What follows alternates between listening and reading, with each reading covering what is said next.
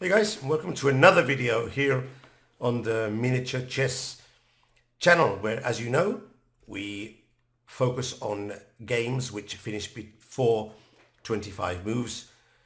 Good opening theory, good tactics, good strong attacks, everything that you can find in miniature games.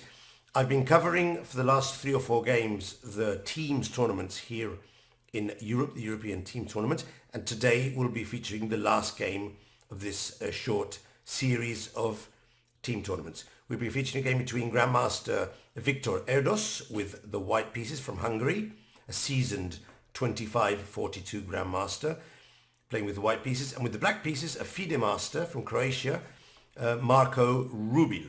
And this is a game from the Austrian Team Championship, played in April, so last month, between the teams of Pingau Friedberg and Palm Hagen, two Austrian top category teams.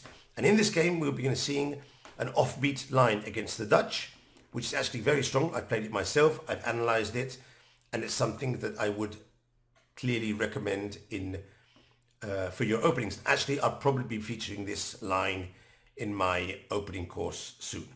So, d4, black plays f5, which is the Dutch. As we don't know which Dutch black is playing, the Leningrad with g6 or the Stonewall with e6, we could of course play c4 or knight f3 or g3. We have many different moves, but knight c3 is actually quite a good way to face the Dutch, threatening e4. Sometimes there's some gambits, sometimes it's just a positional move. Now, black can play d5 if he wants to, and he totally prevents e4, but he does leave this e5 square very weak. White can play bishop to f4 and already start to work this e5 square. Rubil plays knight to f6, which is standard, and now e4 would be a gambit, and bishop to g5 is a sort of mixture between a sort of Trompowsky and Dutch openings. Again, we're not actually threatening to play e4, but we are suggesting that at some point we might exchange and then go e4. Here black can play c6. Black can play e6, against which e4 is also quite strong. And then he can cut white's idea, nip it in the bud with d5. And here there are 2 ways to go. Some players enjoy playing bishop takes f6 and this sort of position. I think this is reasonable and it's okay for both players. Black has the bishop pair, but a very static, closed, shut-in pawn structure. So that does offer some options for white to play queen to f3, targeting the f5 pawn, maybe knight e2, g3. This is a game. It's a game and anything can happen here. The other way to play, which we'll see in the game, is just play e3. Calm development. Allow black to bring the knights together and just keep developing. Knight g to e2 and knight to f4. Now this is good, and I think it's quite pleasant for white. We have pressure on the e6 pawn, and we haven't given up the bishop pair yet. Of course, that pawn is not easy to defend, and black played king to f7. So, already we can ask ourselves, does black have such a bad position that he has to play king to f7 and lose his casting rights so early in the game? Well, I would not want to be able to play this move. I'd not want to play king to f7. But then again, I don't think it's a serious mistake because the position is rather closed and it's difficult for white to hit anything around the black king. So for the moment, it's okay.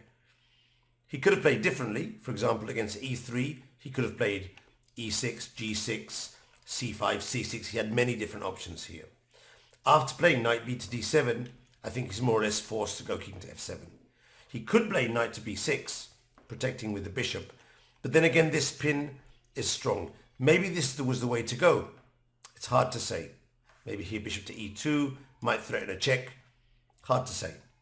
Anyway, after king to f7, bishop to e2, g6. This, I think, is an important position. So, if white just plays castling, or maybe queen to d2 and long castling, black will have time to play bishop to g7, maybe develop the rook and perform an artificial castling. And he'll be more or less okay. Maybe at some point he can just move the knight away and protect the pawn with the bishop. So in these positions where we're better developed and black's king, our opponent's king, is slightly weak, it's very important to strike strong and hard now that we have the development advantage. We can't really just wait. We have to go strong. And of course, Viktor Erdos, as a seasoned grandmaster, understands this, and he goes g4, already trying to open up some lines. His main threat is to capture on f5, and when black recaptures, the d5 pawn is hanging. So Rubil plays c6 protecting, and now h4. Now notice that we don't exchange, and we keep a double tension here. We'll see this in a while. Right now, here we see the double tension working. The double tension always works to the benefit of the player who has better development, because it's easy for black to defend if we start off exchanging pawns, because every pawn that we exchange, for example here, if we exchange pawns first and then play h5, black has an easier way of defending because he has an extra square for the piece. So always keep the double tension so you can strike when black is badly defended. He doesn't have time to bring his pieces to the defense. So here, black played bishop to g7. He could have captured on b2, yes, but then we played knight to a4, c3, and pawn takes pawn, and we win the game because the rook on h8 is unprotected. That is why black played bishop to g7. And now we exchange. Take, take, and this very nice move, a3. Now, a3 is fantastic, and it's the way to deal with queen take b2 threats, because if he takes, then he just drops his queen after knight to a4. Remember this a3 move. It's very useful against queen to b6. As long as after queen takes b2, you win the queen with knight to a4. For this to work, the d4 pawn must be protected, and more importantly, the bishop must be controlling b5. As long as the bishop is controlling b5, we always trap the queen with knight to a4. Of course, Rubil doesn't fall for that trap. He plays rook to g8, white captures, and now we go for the kill. Knight takes g6, a fantastic destruction tactic. If king takes, we check and mate because of the discovered. So black has to play bishop to f8, which I think is the move he was counting on, with an attack on both of these pieces. But of course, this was calculated by Viktor. He played bishop takes f6. And now if knight takes f6, knight to e5, followed by bishop to d3 is just an extra pawn and an overwhelming position.